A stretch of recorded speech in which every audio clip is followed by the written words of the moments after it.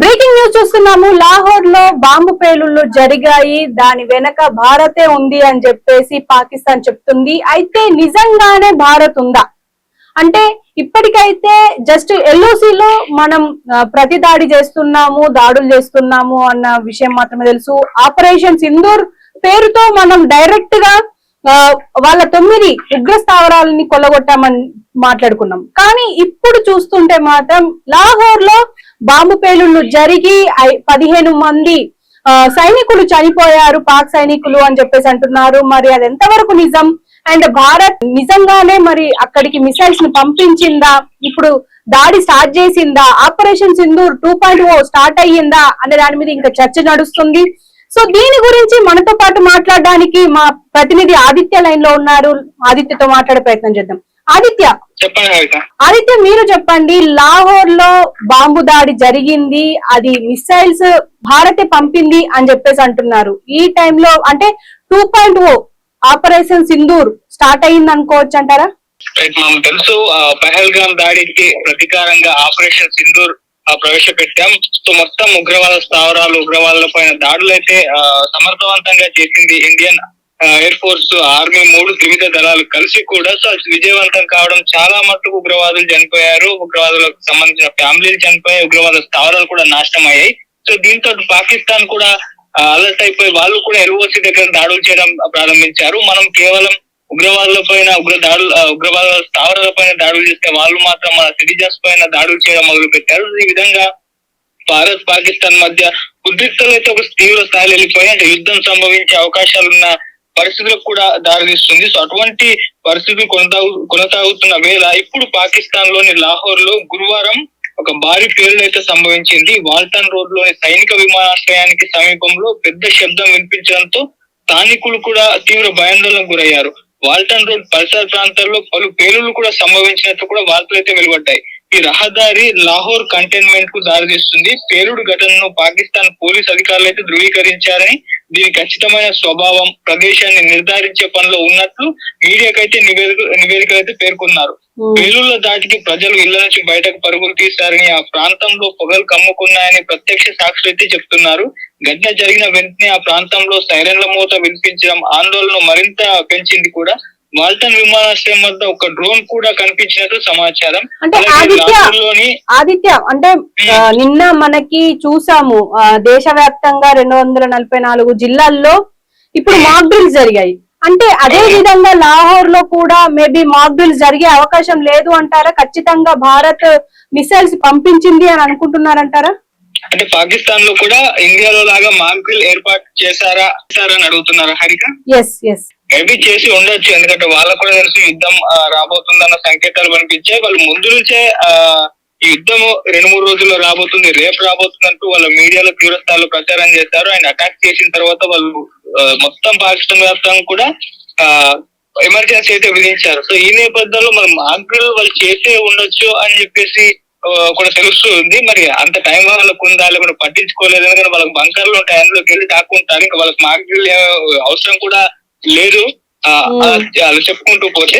So మరి maybe ఆ mock drill చేస్తుంటే వారికి సంబంధించిన శబ్దాలు ఏమన్నా సైరన్లు వినిపించాయని కూడా మనకు తెలియదు. సో అంటే పాకిస్తాన్ నుంచి ఇన్ఫర్మేషన్ పెద్దగా బయటకైతే రాదు, వాళ్ళు కూడా ఎప్పుడు చెప్పరు, వాళ్ళు ఎప్పుడు సైలెంట్ గా ఉంటారు. సో ఇప్పుడు మనం చేసిన దాడుల గురించి కూడా అన్ని అబద్ధాలే చెప్పారు.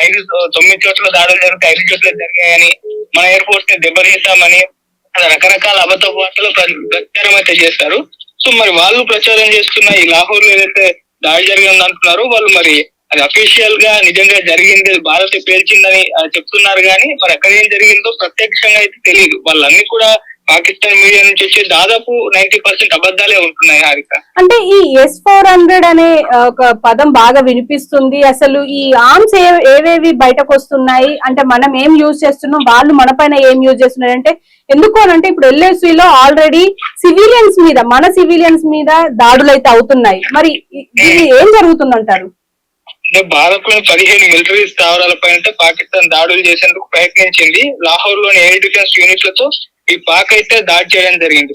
ఈ పాక్ దాడులను భారత్ బలగాలు కూడా తిప్పికొట్టేశాయి. పాక్ మిసైల్స్ ని వాటి గగన తలంలోనే పేల్చేసింది భారత్.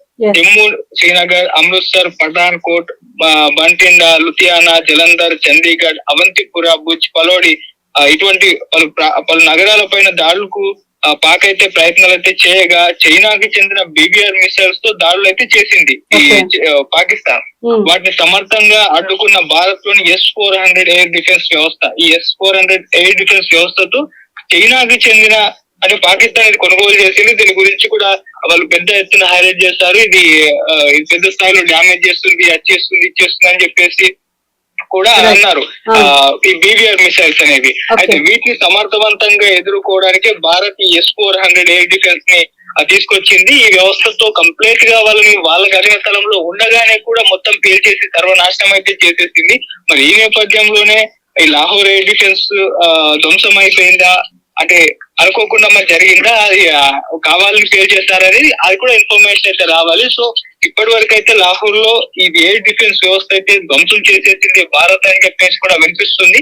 సో మరి చూద్దాం, అఫీషియల్ గా అయితే ఇంకా అనౌన్స్మెంట్ అయితే రాలేదు. మరి జరిగి ఉండొచ్చు, జరగకపోయి కూడా ఉండొచ్చు, చూద్దాం. Okay Aditya, thank you. So చూసారు కదా, లాహోర్ లో జరిగిన ఈ బాంబు దాడి ఏదైతే ఉందో అది మాక్ డ్రిల్ అవ్వచ్చు, లేకపోతే ఎందుకంటే ఇంకో పక్క బలూచిస్తాన్ కూడా ఎదురు చూస్తోంది ఎప్పుడెప్పుడు పాకిస్తాన్ మీద దాడి చేద్దామా అని చెప్పి. మేబీ దాడి చేసింది కూడా బలూచిస్తాన్ సైనికులు అయ్యి ఉండొచ్చు. ఎందుకంటే ఇప్పటికీ అఫ్ కోర్స్ భారత్ పేరు ఖచ్చితంగా వస్తుంది, ఎందుకంటే ఇప్పుడు ఆఫ్ఘనిస్తాన్ కి ఇటు బలూచిస్తాన్ కి భారత్ హెల్ప్ చేస్తుంది అని చెప్పేసి మొదటి నుంచి వెళ్ళి పాకిస్తాన్ బాగా అంటే ఆరోపిస్తుంది. అంటే ఖచ్చితంగా భారతే ఉంది అనేసి.